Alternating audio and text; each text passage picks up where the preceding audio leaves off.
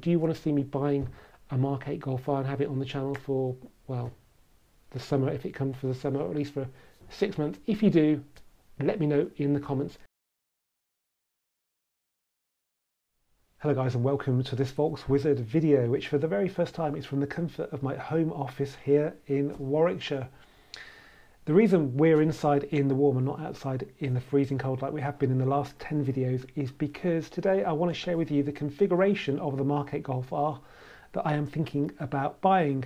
Originally this video was going to be the configuration of the Mark 8 Golf R I am definitely going to buy, because Lee Evans at Mk8 Volkswagen Cheltenham did a really good deal on a new one, which I'm sure he will do for you guys as well. It was so tempting I couldn't really say no.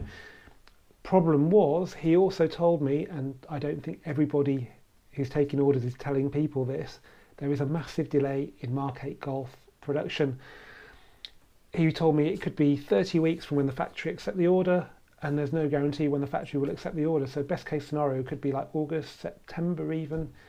The reason for this is possibly because there is a global shortage of semiconductors, so microchips, and these are so important for a modern car that it's affecting the factory output.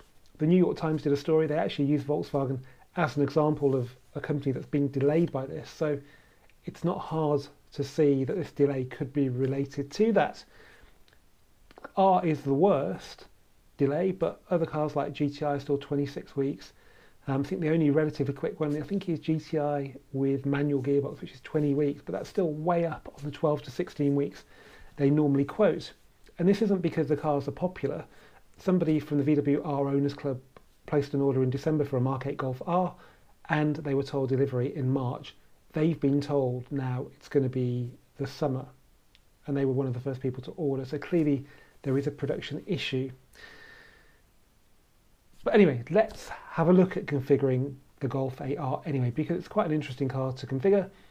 The first thing we need to talk about is the luxury car tax. So if you're in the UK market, we actually get off quite easily compared to markets like Ireland when it comes to tax on new cars. Nevertheless, in 2017, when the government introduced a £40,000 luxury car tax, or they called it an expensive car tax, it was a bit of a problem, because it meant that some cars, I mean, a Golf isn't really a luxury car. It doesn't even have a telescopic strut anymore, does it, on the bonnet? Let's not go there. It means that it's very easy to spec a car just over £40,000, and then it'll cost you, if you keep the car for 5 years, an extra £1,625. So for every year, from year 1 to year 5, you pay an extra £325. In a road tax, thank you, UK government. It's not like we're not paying VAT on the car of 20%. It's not like we're paying something like 66% or 80% of our fuel cost is tax as well, but they wanted more. It started off being a problem with the Golf GTI TCR when they put the Akrapovic on it, because the RRP was so high that if you put a few options on, you went over that. It's, you could say, less of an issue with the R, because if you put a very minor option onto it, you go over the 40,000. So you're going to probably pass it massively, but there's still a potential for just going slightly over it. Anyway, it's up to you how you spec your car. It would be a shame not to spec an R properly just because of the luxury car tax. You may only own the car for the first 2 or 3 years, so it'll cost you an extra £900. The second owner probably won't care too much, because he's going to get a reasonably well spec car, which I don't think they all will be. There's a lot of leasey deals going around, and apparently if you put options on that, like with the Mark 7, you pay for the options in their entirety through the cost, through the terms of the time of the lease. So I'm thinking, if you want a Harman Kardon sound system and a sunroof and the bigger wheels, which you probably do, then just spec it and don't worry about the luxury car tax. Okay, let's have a look at the Volkswagen UK Configurator then. Now, there seems to be a quirk on the UK site only, that the GTI Club Sport is above the R in the model hierarchy. I've never seen that before. The R's billed as the range topper, but yeah, it's beneath it here, which it could be an error, or there could be some logic to it. I am not sure. Anyway, let's have a look at configuring the R then. Now, being a Mark 8, we cannot choose gearbox, we cannot choose doors, so it's 5-door automatic only. So let's get straight on to colours.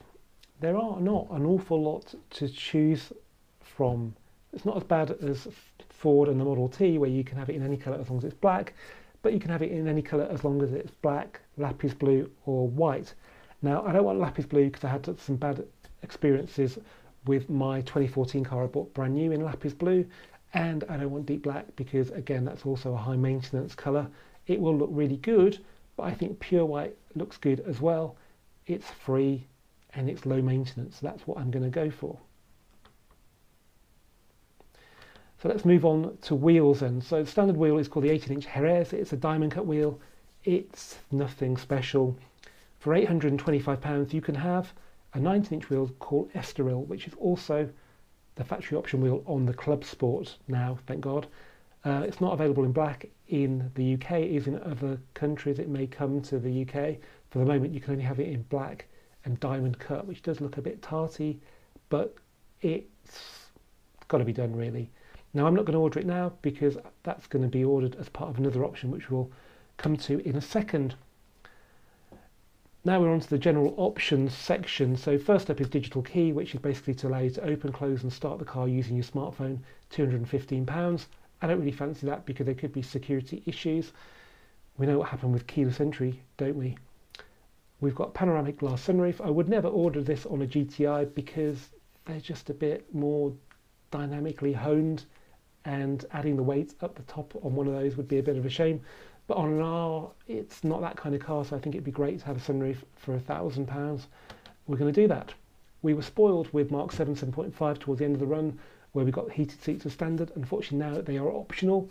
They're bundled together with a heated steering wheel, which is a first for a Golf, and it's certainly a weird experience, and it can be a bit annoying as well because the on and off button is on the steering wheel to the right hand side of the array of buttons there, and it's very easy to touch it by mistake, and it's, I think, 3 presses to turn it off because there are 3 temperature settings, so it can be a bit annoying, but there is a setting on it that means it will come on when the ambient temperature is below a certain amount, which is quite nice really, especially on a day like today when I've been driving a Mark 8 with it. So yeah, I'm quite happy to have that.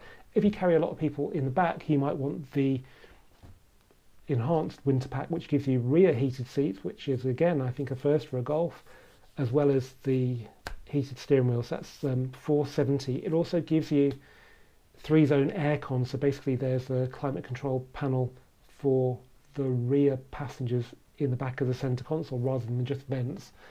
So that's $470, but I'm going to go for the $270 version.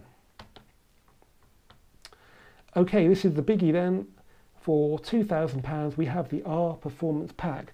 So this gives you, the website's a bit rubbish because all it says is it gives you anti-theft wheel bolts, progressive steering, 235/35/19 tyres, bigger wheels. It gives you the 19 wheels, and it deletes the speed limiter for the top speed.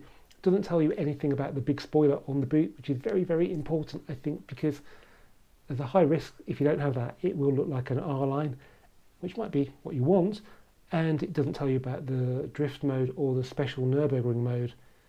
So yeah, anyway, I was going to order the 19s. That would be, what, about £900, 800 and something pounds. So to go for the R Performance Pack with the wheels and the spoiler and the modes for another £1,000, I think it's got to be done. I didn't think that originally. I don't really want to drive in drift mode, but it might make a good video. So let's order that.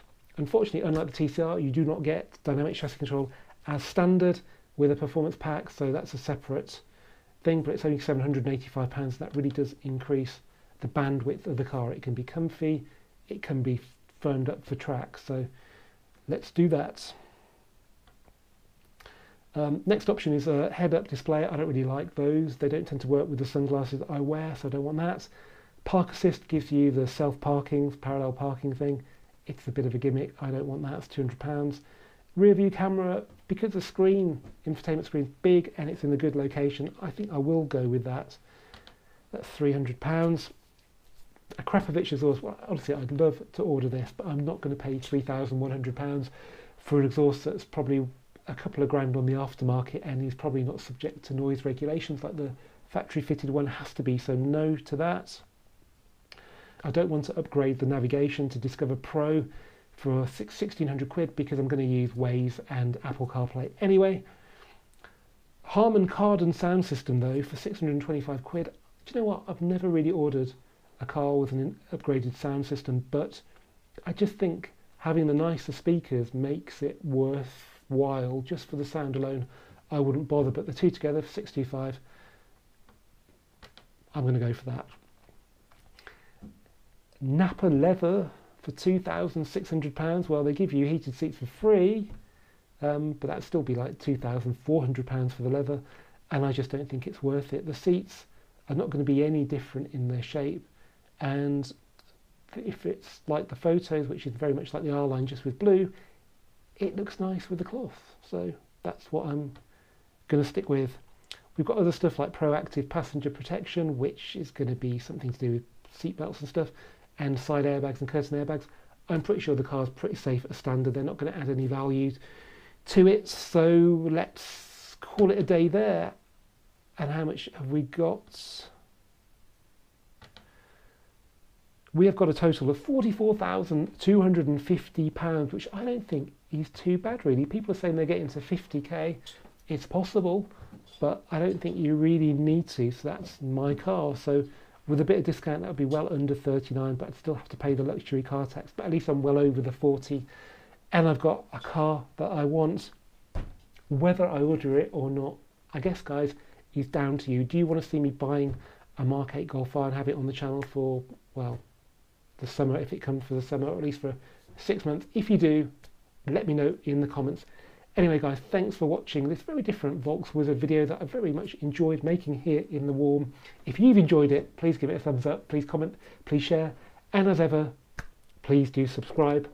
And I'll see you for the next one, probably in the cold, very soon.